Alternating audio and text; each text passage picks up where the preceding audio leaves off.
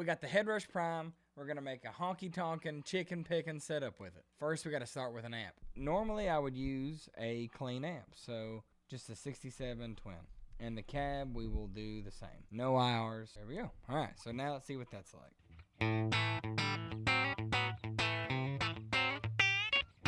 Pretty good place to start. Next, I'm going to do a little bit of reverb. Spring reverb, default mono. We'll dig in more on that here in just a second. Get some delay going. BBD, delay, default. All right, now I'm going to dive in these a little bit. I know for sure that I like 200 to 250 millisecond. I'm going to start at 200. Yep, take that mix down about 20. 25, yeah, 20, 22 feedback. 22. Yeah, 22 is good. Let's get that reverb under control a little bit.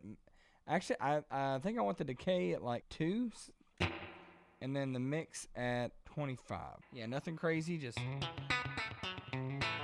Alright, that sounds good to me so far. If you saw my last video, you know that I like to go to the cab, go to the bottom right corner of the screen, to the EQ, turn that on, get rid of anything over 5K. Let's go back and hear what that's like. I think that sounds awesome. Where this is up here, it's hard to fool with a volume pedal for like the still stuff, and oftentimes I use like my volume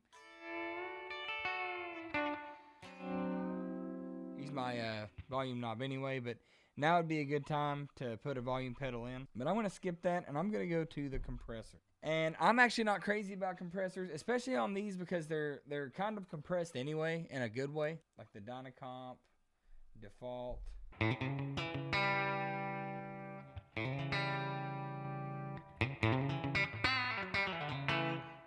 Actually, that don't sound too bad already. Let's go to attacks. And I think that is a little too compressed for me. Let's go back to default. Let's see, it's on, off. I'm gonna leave it off for now. Let's dig into the amp EQ. I'm gonna turn the bright off because the telly is kind of bright anyway. I'm gonna turn the mids up to about 65%.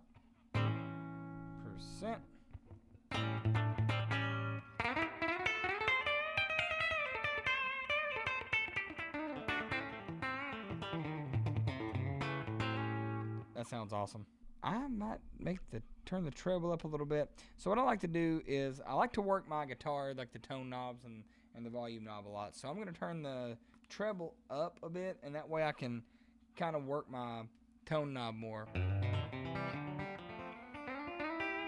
Yeah, I like that a lot. So the mids we turned up to 65 and the treble turned up to 60. And let's see what that compressor is like now.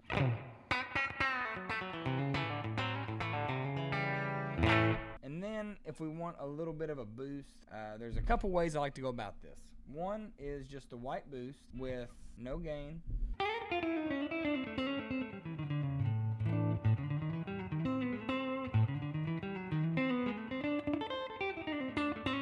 I think that's gonna be fine right there. Just for a boost, so here's without the boost. Then with it. Actually, I need to turn that volume down a bit. The level, I think, could probably go down to about 35, really. 30 even. And maybe about 33. And sometimes for some of the honky tonk stuff, you gotta get some overdrive. And I think one of the best ones on here is the S1 drive. It is actually a clone of this pedal right there. It's on a pedal board. I'll get it off and show you. It is the Boss Super Overdrive. I'm gonna take the drive down to about 20.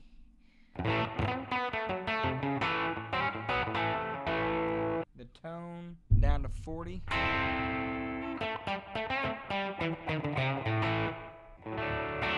And I think that's good. And you got a little bit of a solo boost there. And no honky tonk pedal board is complete without the orange phaser.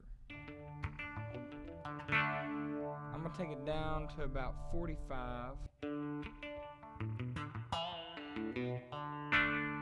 it really gives you that good wailing sound. I think that they knocked this, the model of this pedal, I think they knocked it out of the park. All right, now let's turn on that compressor.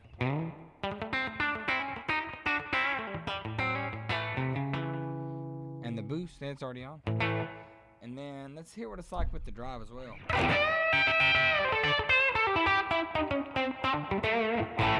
I mean, you can go from wailing to Skinner on this thing. All right, so first up in my chain is my compressor.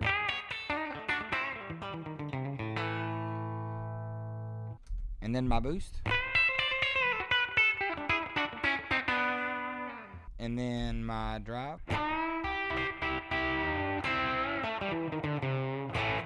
And then my phaser.